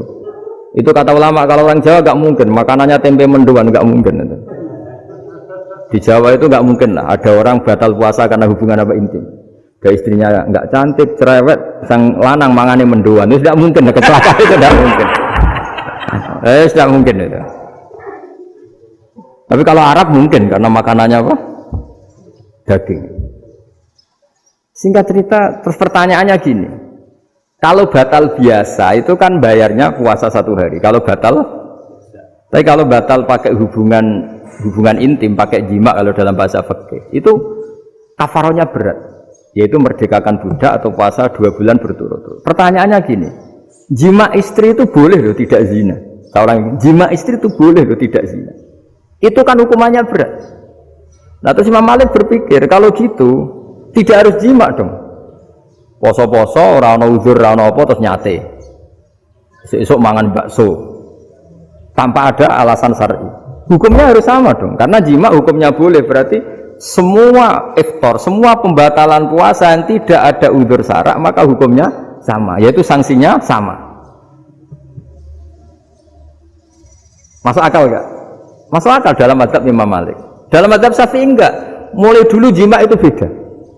Kayak mertamu nih gone wong, mangan nih oleh, tapi nak gue bojomu gue jima nih harus nemen ngawure lah. Tetap beda dari Imam Syafi'i itu, pokoknya beda jima sama makan itu beda. Lah ya terus setelah itu terus ada pertanyaan, bagaimana kalau makan dulu baru jima? Ribet kan? Makanya itu sampai dibabkan Kitabul Khilafil Fiqhi, bab merekayasa fikih. Makanya itu perdebatannya orang Hanafi sama Imam Syafi'i juga sama. Ada orang jam segini lapar sekali, kalau langsung makan kan kena sanksi. Ya pergi aja dulu, pura-pura ngaji ke Gus Bah gitu. Nanti kan jadi musafir kan? Wah itu sudah boleh itu kan? Musafir. Padahal enggak. Memang dia pergi itu karena supaya bisa makan. Mau enggak kepikiran ngaji, tahu-tahu ingin ngaji. Mumpung Ramadan lah. Nah makanya dibabkan, apakah boleh merekayasa fikih? Tapi fikih bisa apa coba? Dengan status kamu musafir, ya memang boleh iftar, boleh berbuka. Nah itu yang terjadi terus perdebatan ulama menyangkut fikih. Karena memang masalah furu'iyah. Sehingga termasuk perdebatan kita dalam perilaku. Misalnya adat orang NU kalau habis salam itu menghadap ke kiblat, karena arah terbaik itu kiblat. Tapi sebagian orang Muhammadiyah atau mungkin semuanya menghadap ke makmum. Itu memang teks hadisnya itu kita yang meneliti hadis itu semua syarah itu berdebat. Nabi memuji kiblat itu arah terbaik, oke. Tapi di bab itu Nabi itu aqbala alaina, menghadap ke kita. Lalu pertanyaannya, kenapa menghadap ke kita? Ada mengatakan karena Nabi memang punya tradisi kadang ngendikan. Ya tentu dulu istilahnya tidak kultum, nggak ada istilah itu dulu. 7 menit itu nggak ada. Tapi ada ulama yang analisis begini, termasuk kitab Fathul Bari. Nabi itu tokoh sentral. Kalau lagi Nabi itu tokoh sentral. Ini kata kitab Fathul Bari, bukan kata saya. Nah, orang-orang yang imamu qaumi, orang-orang yang jadi imam di daerah masing-masing, tetap kalau sholat itu ikut Nabi. Ikut Nabi, setelah salam langsung pulang. Jadi sebetulnya salam langsung pulang itu ada sejarahnya, karena dia mau jadi imam di daerahnya. Nah, tidak kebayang kalau Nabi itu madhep kiblat. Kalau Nabi madhep kiblat, orang yang masbuk, yang barusan datang, pasti langsung usolli, misalnya fardhu isya'i misalnya, terus makmum Nabi, padahal Nabi sholatnya sudah selesai. Jadi intinya gini, kata Fathul Bari, imam setelah salam itu harus bikin gerakan atau omongan atau apa saja yang menunjukkan kalau sholatnya selesai. Di antara gerakan itu adalah beliau harus menghadap ke hadirin atau menghadap ke utara atau apa saja yang penting menunjukkan kalau sholat ini sudah selesai. Itu fikih. Jadi fikih itu cara menganalisis itu memang unik. Karena kalau Nabi tetap seperti itu, posisi pancet seperti itu, maka orang yang baru datang mengira Nabi masih sholat. Nah, pertanyaannya kalau mereka sudah takbir, malah sholatnya tidak sah. Kenapa tidak sah? Menggantungkan sholat atau mengikatkan sholatnya dengan orang yang sudah tidak sholat. Jadi menjadikan orang yang nggak sholat sebagai imamnya kan nggak boleh. Maka Nabi harus memaklumatkan dengan gerakan itu bahwa beliau sudah tidak sholat. Karena orang datang dari berbagai daerah. Jadi menganalisis fikih, fiqhul hadis namanya. Itu ulama itu mau tidak mau debat. Karena pertanyaannya itu kenapa? Ya memang mau apa? Karena yang namanya sosial itu yahtamilu muhtamilatin, ada sekian kemungkinan. Makanya dalam madhab istimbat itu, ketika Nabi sodakoh pakai tamer, pakai kurma, itu ulama mesti ngitungnya itu kut.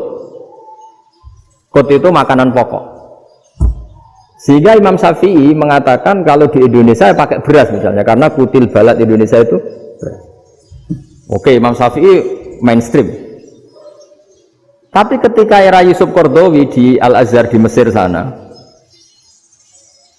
ulama-ulama mulai usil.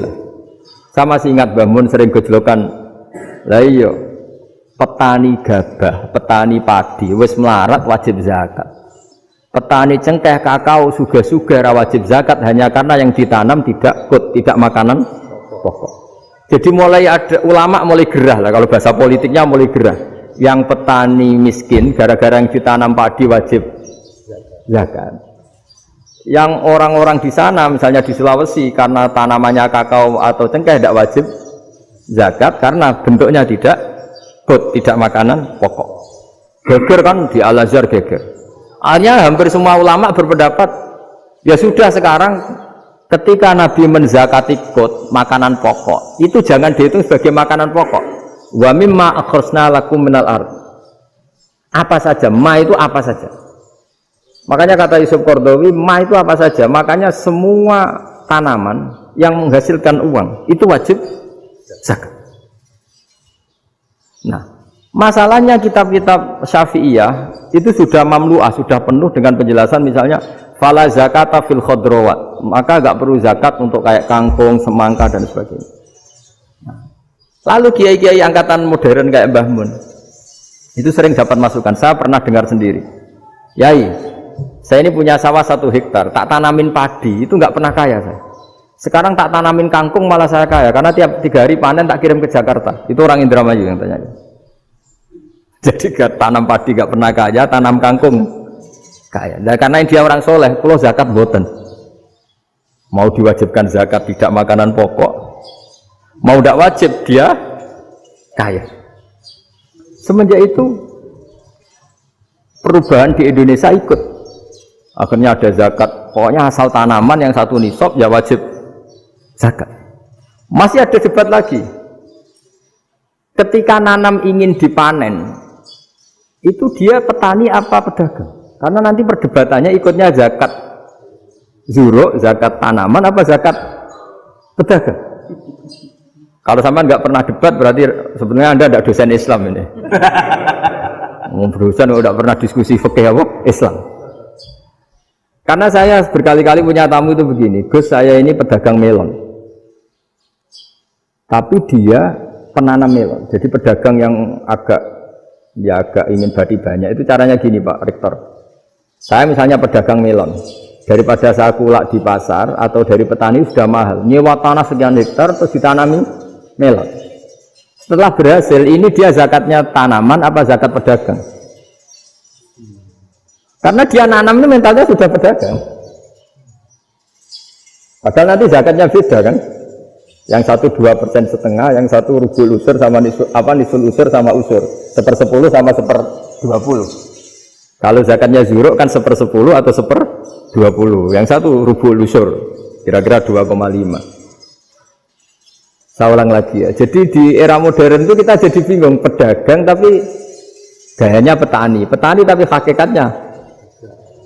Jadi gampangannya gini ya, kalau saya pedagang beras, kok saya kaya raya, itu mendingan nyewa sekian hektar untuk ditanamin padi ya daripada tengkulak, daripada beli. Akhirnya perdebatannya ini zakatnya pakai apa? Misalnya tebu, misalnya petani tebu. Oh jelas kalau nanam tebu itu ingin dijual. Masa apa gue es tebu berhektar-hektar? Lah kira-kira kalau menurut jenengan ini zakatnya zakat apa? Tijarah atau zakat tanaman? Mentalnya tijarah, mentalnya pedagang. Nah ini saya hanya mau cerita. Khilaf, kadang-kadang orang angen-angen. Khilaf itu nggak mungkin enggak. Ya sama seperti NU dan Muhammadiyah selalu khilaf awal Ramadan.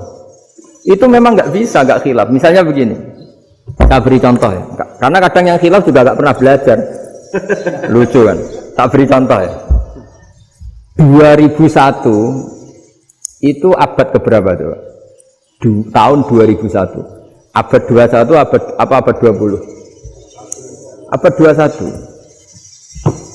Jadi meskipun terpaut 1 tahun, padahal abad itu 100 tahun.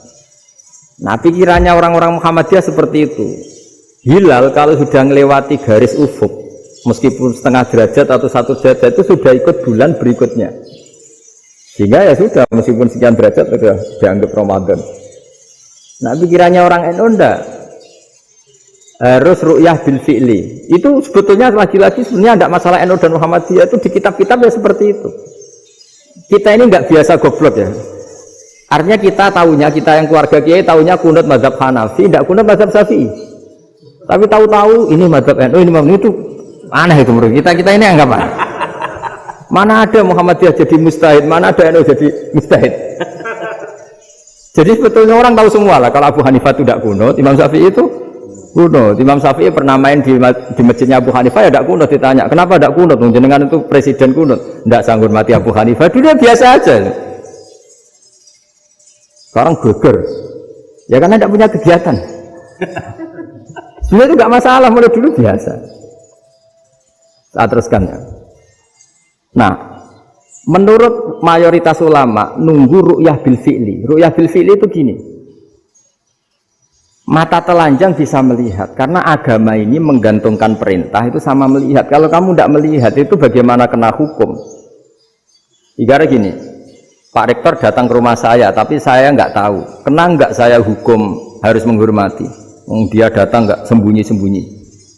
Saya kena hukum harus menghormati ya kalau melihat, kalau enggak ya enggak. Tapi Pak Rektor tetap bilang, tapi saya hakikatnya datang, jadi saya datang itu. Itu kan ribet. Akhirnya ya sudah, itu enggak ada khilaf sampai mati ada khilaf karena yang satu menggantungkan hukum itu digantungkan sama tahu. Kalau enggak tahu ya, misalnya baju saya ini hakikatnya ada najis, pas sholat saya enggak tahu. Sholat saya sah apa enggak? Sah. Karena hakikatnya, ya memang saya tidak tahu. Tapi hakikatnya ada najis apa enggak? Ada. Ya sudah, itu sama-sama masuk akal. Ada lagi khilaf yang mau senam otak. Fasyamu salasati ayamin fil haji wa sab'atin idza raja'tum. Singkat cerita ada satu pelanggaran haji yang kata Allah kafarohnya itu puasa 3 hari sama 7 ketika kamu pulang, idza raja'tum, ketika kamu pulang. Dalam mazhab Syafi'i yang namanya pulang itu yang haji sudah sampai rumah. Di mana-mana pulang itu ya sampai rumah. Dalam mazhab Abu Hanifah enggak, ketika orang sudah balik kanan dari Arab Saudi, dari Mekah, ya namanya sudah pulang. Misalnya gini, ini Pak Rektor pamit saya, Pak Haris. Gus, Pak Haris mana? Ya sudah pulang kata saya, padahal sampai pandangan belum sampai depan. Tapi bagi keluarganya belum pulang. Lah lalu idza raja'tum ketika pulang itu bahasanya siapa? Bahasa istrinya apa bahasa yang ditamoni? Kamu ditamoni orang, terus tamunya mana? Sudah pulang. Tapi tanyakan istrinya, belum pulang. Khilaf-khilaf gini kok jadi geger itu kan goblok banget maksudnya itu. Jadi biasa, gini itu biasa. Jadi ya karena memang ini bukan masalah akidah, ini masalah furu'iyah, masalah fikih itu masalah furu'iyah. Mau tidak mau harus beda. Misalnya di sholat juga gitu. Wa ayyuku udin ko adal musolli sokat sholatu. Duduk dengan gaya apapun itu sholatnya sah. Jika sampean kalau haji atau umroh, orang Arab itu jenenge duduk ngenak awak di kursi. Duduk sopan ya hanya orang Indonesia loh. Kalau sholat itu masih duduk ala orang tahiyat. Kalau sampean di Mekah, duduknya pakai apa coba? Kursi ya? Oh enak anu sholat duduk. Karena memang takbirnya di fikih dengan duduk gaya apa saja sah. Makanya sengenak awak duduk di kursi. Ribet kan? Mau tidak disahkan itu namanya duduk. Mau disahkan masa iya sowan Allah kok duduk santai-santai gitu. Tapi mau apa? Ini fikih. Biasa orang lagi ini fikih. Fikih itu ya sudah ini fikih. Makanya kalau ulama berdebat misalnya Abu Hanifah berpendapat sholat itu wajib baca Fatihah apa asal Quran. Dalam mainstreamnya ya Fatihah karena la sholata liman lam yaqra bi Fatihatil kitab. Tapi cara Abu Hanifah enggak. Faqra'u ma tayassara minal Qur'an, bacalah apa saja yang mudah bagi kamu, asal itu Quran. Sementing gak gending Jawa, gak nyanyi lah. Ya sudah mau apa coba? Jadi ya susah memang kalau fikih itu ya sudah seperti itu. Ada lagi yang masih ekstrim misalnya. Yang namanya menyembelih hewan itu gimana coba? Dari hidup ke mati, apa pasti mati disembelih? Cara mazhab Imam Syafi'i yang namanya menyembelih itu penyembelian harus menjadi sebab kematian. Itu yang sah. Karena lagi penyembelian menjadi sebab kematian yang syar'i. Sehingga beliau mensyaratkan hewan yang disembelih ini masih punya hayatun mustaqirrah, punya kehidupan yang normal. Sehingga kalau nggak disembelih ya hidup. Sehingga kalau ada hewan ketabrak truk kejet-kejet, mesti mati ini buat sembelih. Itu nggak sah karena nggak usah disembelih ya wes mati kan. Karena ini hanya nunggu koordinasi Israel kan, dia kejet-kejet itu kan prosedur itu.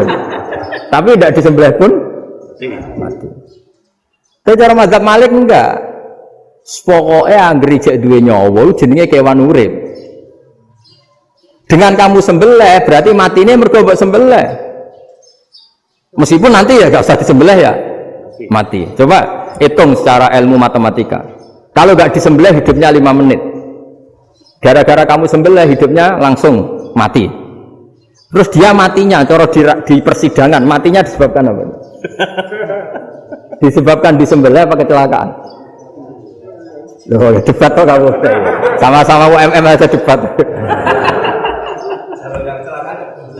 Kalau yang kecelakaan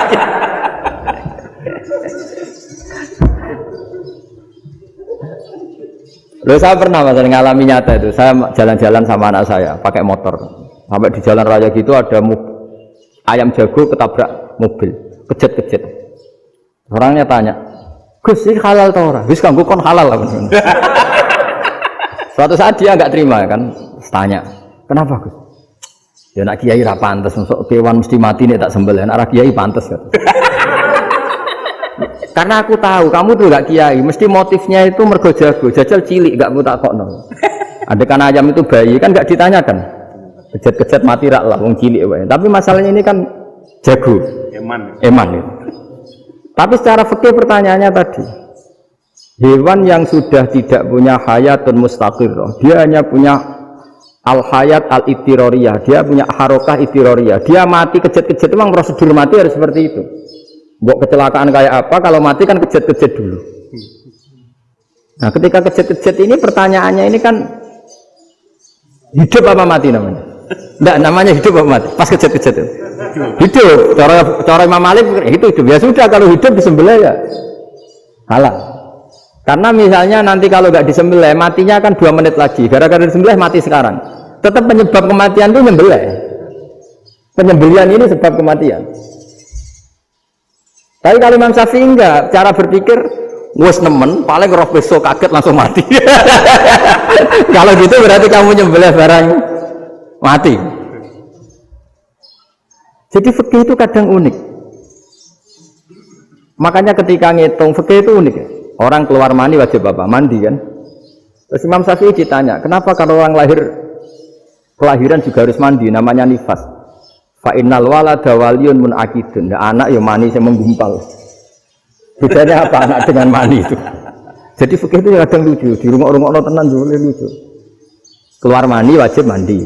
Berarti kalau keluar anak ya wajib mandi, karena hakikatnya anak adalah mani yang mengkristal. Susi orang sudah didusan macam-macam itu kan hakikatnya mani. Itu fikih. Nah terus ditanya, kenapa kalau lahir langsung mati tidak wajib disolati? Ya jawabannya Mas Syafi'i lucu. Di mana-mana sholat itu nyolati mayit. Yang namanya mayit itu pernah hidup terus mati. Kalau itu tidak mayit ya sudah. Jadi nah iya kan disebut sholat mayit. Yang namanya mayit itu apa? Pernah hidup. Nah ini kan tidak pernah hidup. Maka ya sudah seperti itu. Jadi nggak khilaf itu nggak mungkin.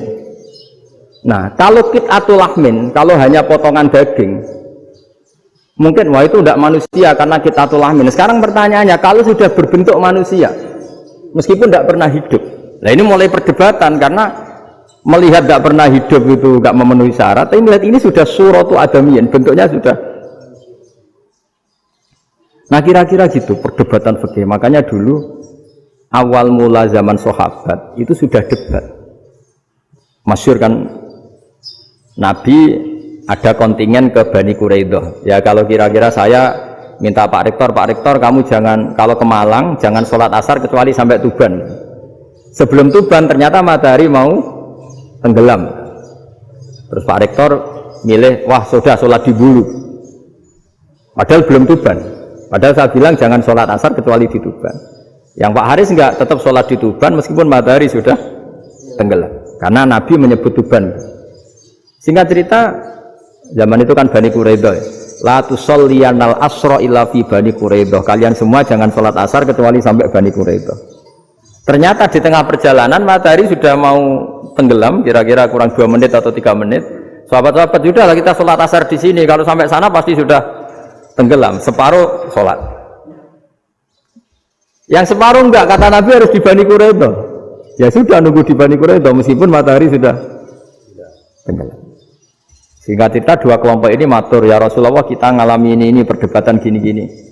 Di semua riwayat di hadis-hadis sahih disebut falam yu'annif wahidan minhuma. Nabi tidak menyalahkan salah satunya atau enggak menyalahkan dua-duanya. Itu bahasa Indonesia juga ribet, yang benar gimana tuh? Enggak menyalahkan salah satunya, apa enggak menyalahkan dua-duanya? Gimana bahasa benernya? Salah satunya. Salah satunya itu dua-duanya? Ya. Enggak, kalau bahasa Indonesia tidak menyalahkan Kedua-duanya. Kedua-duanya apa salah satunya yang benar? Kedua-duanya. Kedua-duanya. Bahasa Indonesia itu ya kadang ruwet ya. Orang pinter kayak Pak Habibie itu namanya ya orang luar biasa. Nanti sekolahnya orang-orang idiot itu ya sekolahan luar biasa. Orang pinter banget bahasa Indonesianya ya luar biasa. Kalau sekolah untuk orang-orang yang idiot juga luar biasa. Jadi kalau dipuji luar biasa itu gak jelas ini luar biasa ya.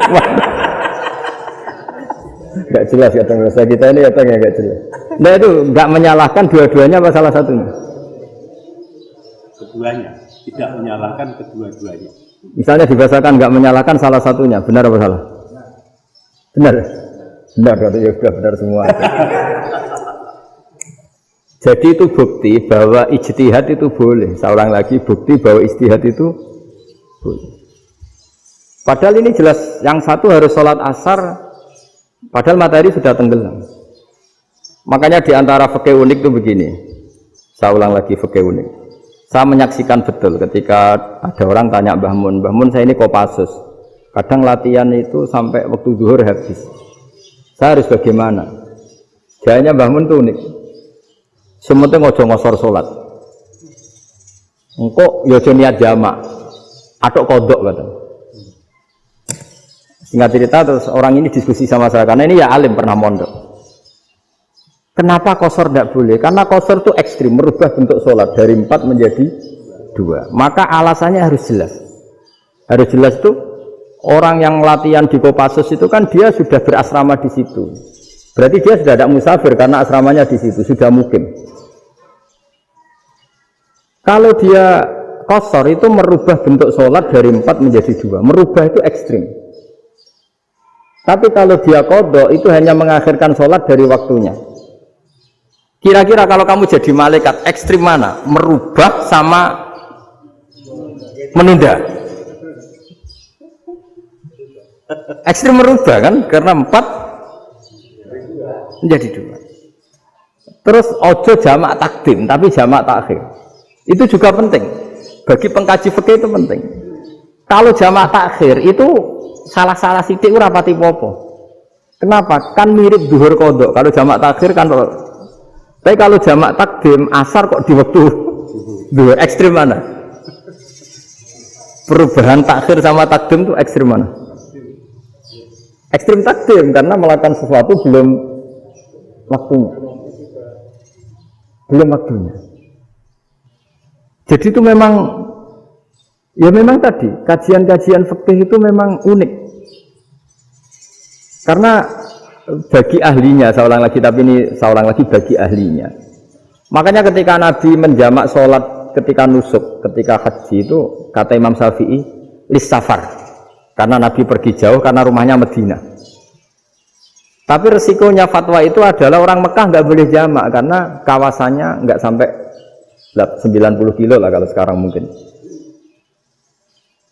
Tapi kalau tahu Imam Malik enggak, jalin nusuk sehingga orang Mekah pun yang haji ya boleh jamak karena alasan jamaknya karena nusuk, karena haji bukan karena jarak.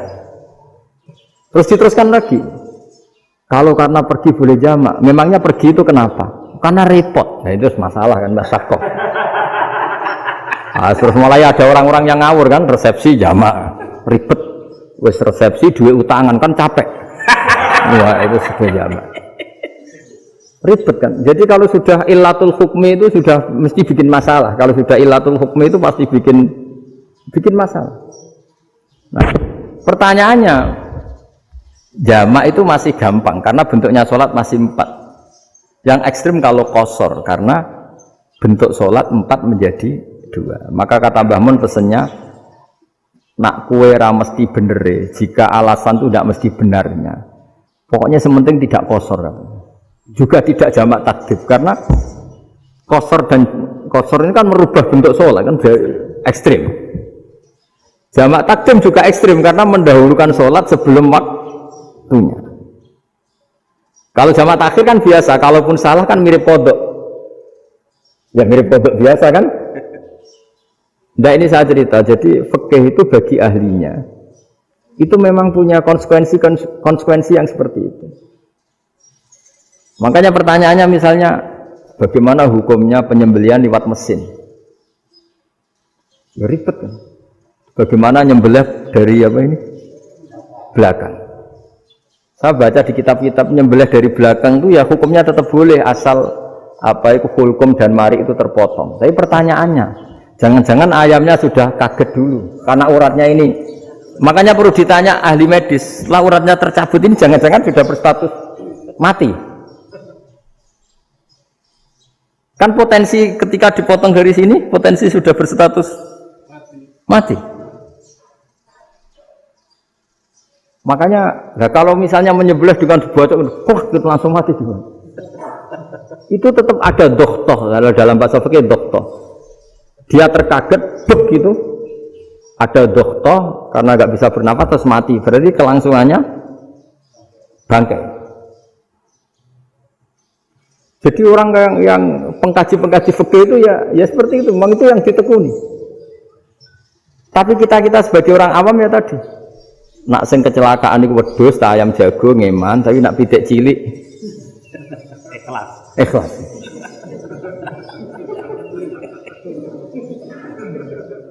Makanya ada pertanyaan orang-orang, saya pernah ditanya itu ya bingung tenan. Gus, kalau ada orang mati oplosan misalnya, dengan datang sholat enggak?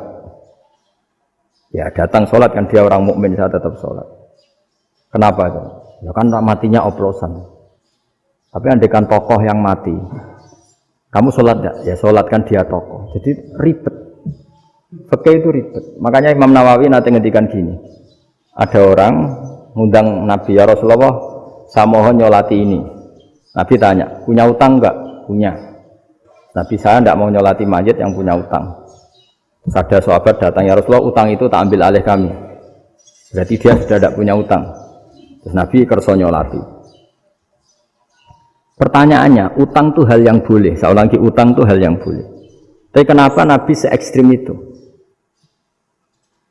Tapi ketika Nabi mau kondur itu ngendikan gini, ini PR ya bagi UMM ini, PR ya. Nabi sebelum kondur bilang gini, sallu ala sahibikum. Jong saya tidak nyolati ini, tapi tolong ini disolati. Terus kata Imam Nawawi, dianalogikan atau dikiaskan siapapun pelaku dosa besar atau mati dalam keadaan tidak benar, misalnya pas dugem mati, pas oplosan mati, itu sebaiknya tokoh-tokoh itu enggak nyolati karena nanti dianggap penghormatan.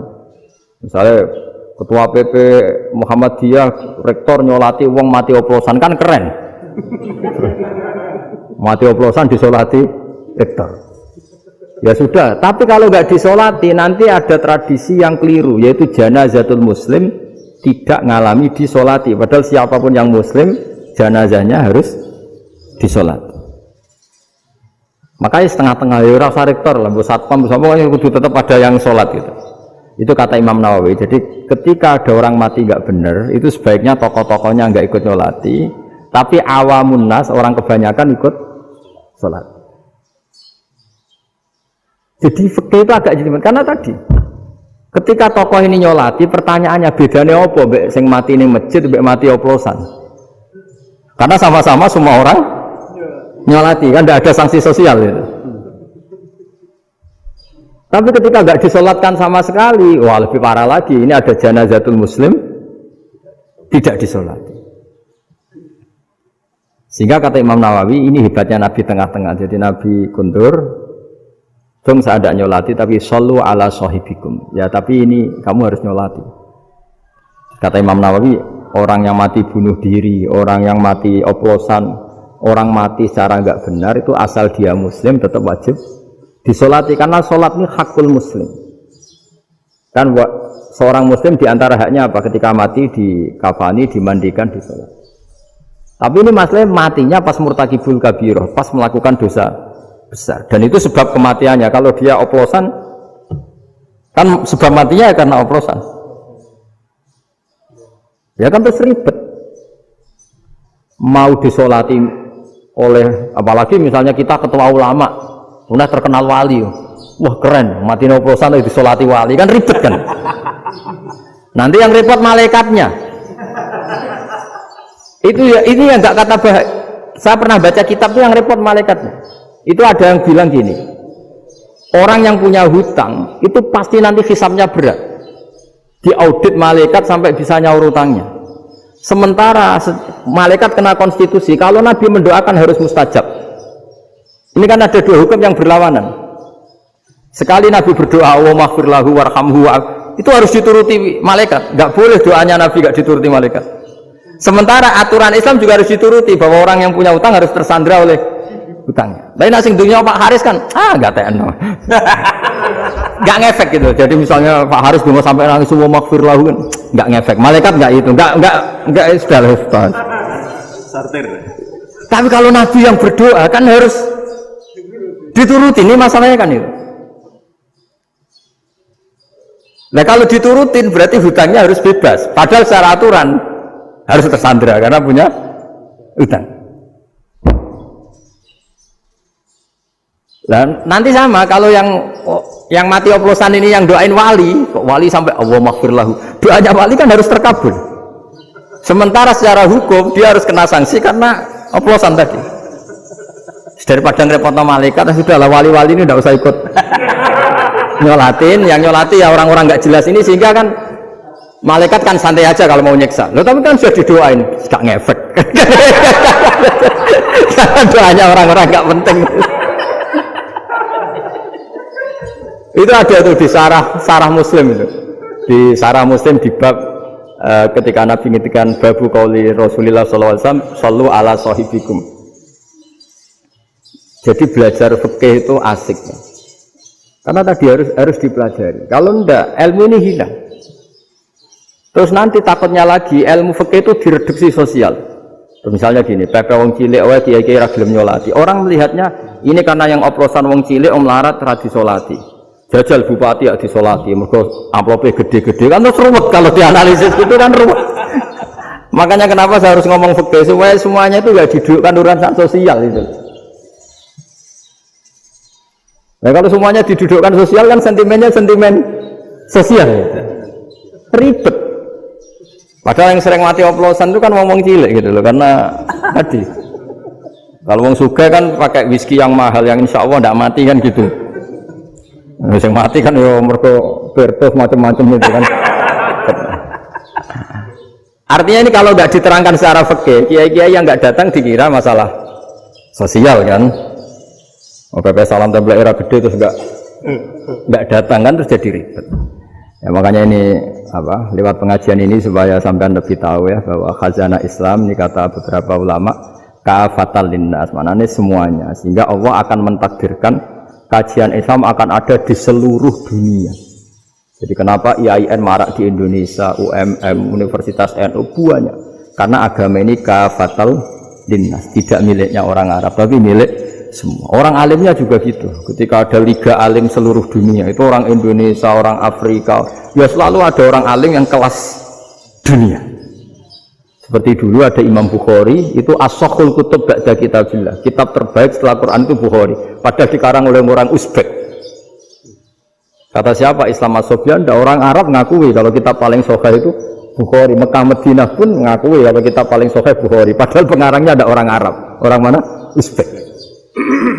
Imam Ghazali yang diakui seluruh dunia itu Atos itu ikut Persia, juga bukan orang Arab, Sibawai ya orang Persia.